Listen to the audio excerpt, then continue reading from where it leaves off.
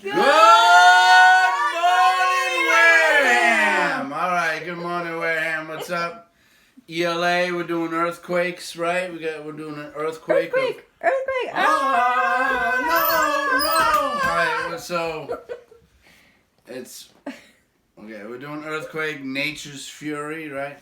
And we're learning the vocabulary words today. So this is a cool story about the famous San Francisco earthquake of 1906, I believe. Let's see.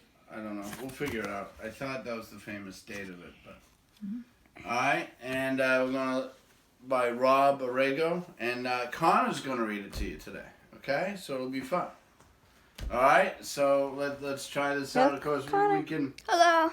We can all read the vocabulary words first together. So the yellow page. Okay, the yellow page. Okay, go ahead. So read it. Debris. Debris. Debris. What is left of something destroyed.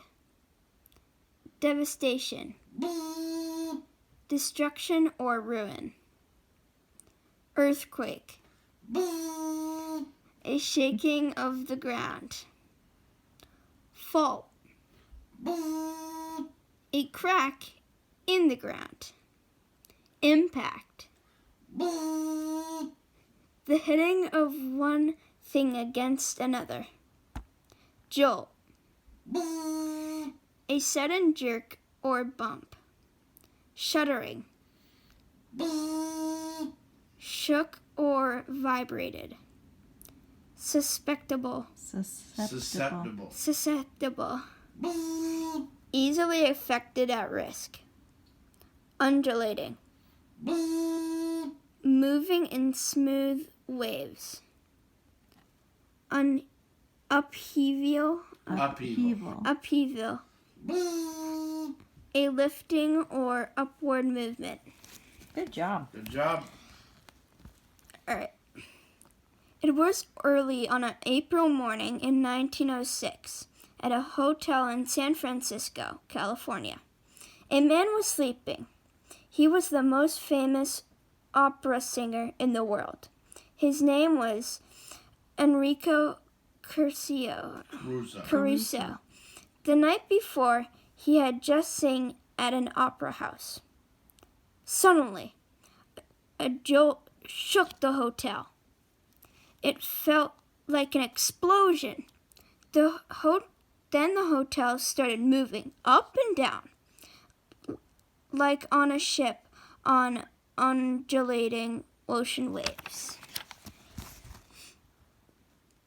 When Caruso first felt the shaking, he thought he was dreaming. But the shaking didn't stop. Caruso jumped up and went to his window. What he saw made him shake too. San Francisco had been struck by one of the strongest earthquakes that ever hit North America. The ground shuddered and shook for less than a minute. But for Caruso and thousands of the earthquakes seemed to last for hours. Its force or impact was amazingly strong. Walls crumbled and streets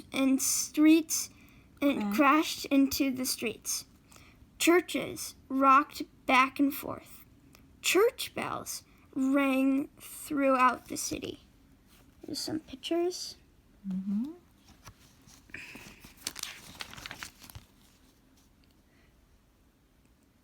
Caruso dressed and ran out to the street.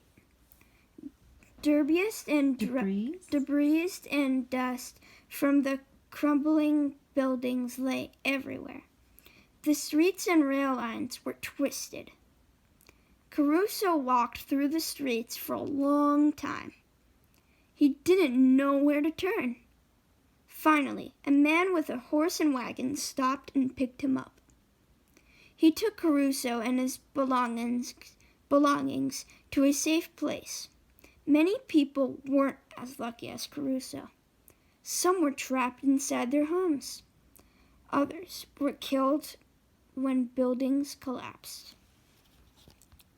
Soon after the earthquake stopped, a smaller quake hit the city.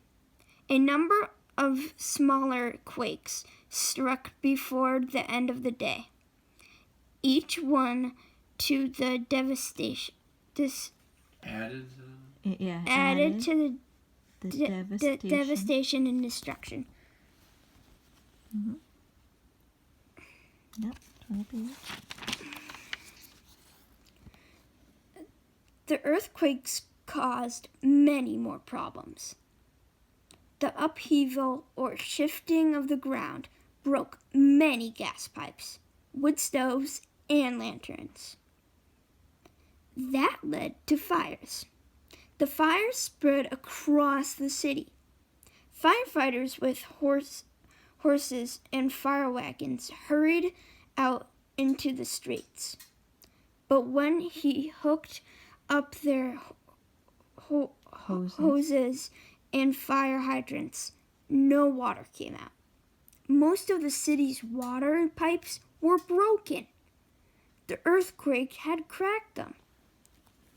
The city had some hidden water tanks for emergencies like this. Only a few people knew where the tanks were. The fire chief was one of those people, but the fire chief couldn't tell anyone. A smokestack had crashed